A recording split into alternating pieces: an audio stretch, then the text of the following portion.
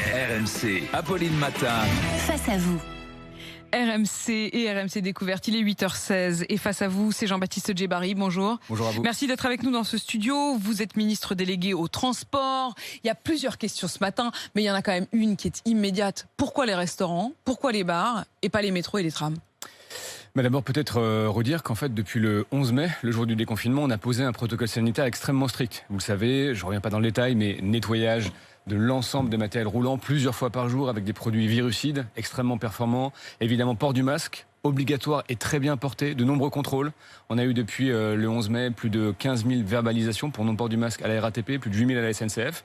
Et puis vous le savez, la science nous dit actuellement que les lieux de contamination les plus importants sont des lieux clos où les gens ne portent pas le masque. Oui, Les bars, alors là les c'est restaurants. clos, ils portent le masque, mais ils sont très très proches les uns des autres. C'est-à-dire que quand on nous dit distanciation, gestes barrières, il y a plus. Enfin, honnêtement, je veux dire, quand vous prenez le métro aux heures de pointe à Paris, vous vous rendez compte qu'il n'y a pas de distanciation possible. Deux choses. D'abord, les images qu'on voit sont souvent des images effectivement où il y a des dysfonctionnements. Les images de la ligne 13 hier, il y avait un dysfonctionnement, un métro arrêté, ça a créé de l'engorgement.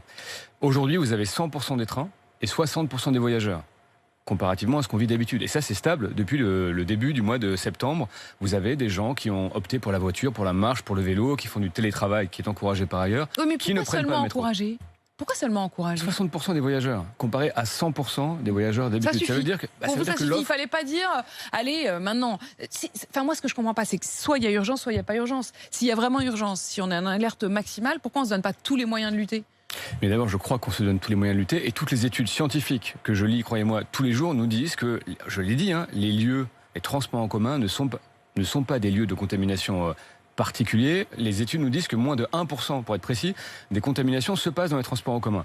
Pour autant, moi, j'ai décidé de réunir ce matin les différents opérateurs. Vous les réunissez à 9h, donc le président de la SNCF et le président de la RATP. Qu'est-ce que vous allez leur demander ? D'abord, je veux qu'on refasse un point très précis sur les mesures qui sont prises, les forces de sûreté qui font aujourd'hui les contrôles, savoir où ils sont positionnés, est-ce que ça correspond vraiment au point d'affluence.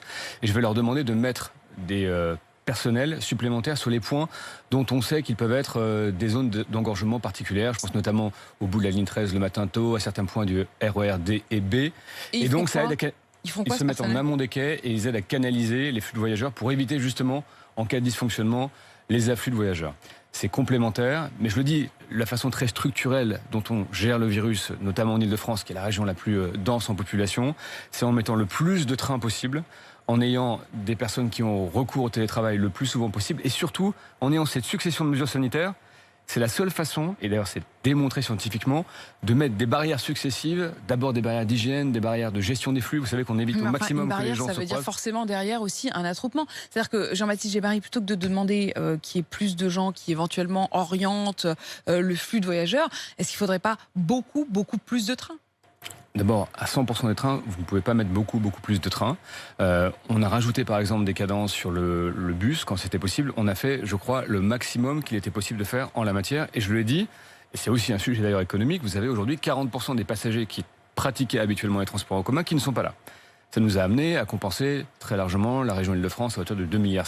Encore aujourd'hui, donc 40% qui ne prennent plus les transports en commun. Entre 35 et 40% qui ne prennent plus les transports en commun, notamment en région parisienne. Donc c'est tout à fait considérable. Vous savez, je crois qu'en politique, la conciliation entre des impératifs sanitaires d'un côté et des impératifs économiques de l'autre, c'est pas tout à fait une théorie. C'est ce qu'on essaie de faire tous les jours.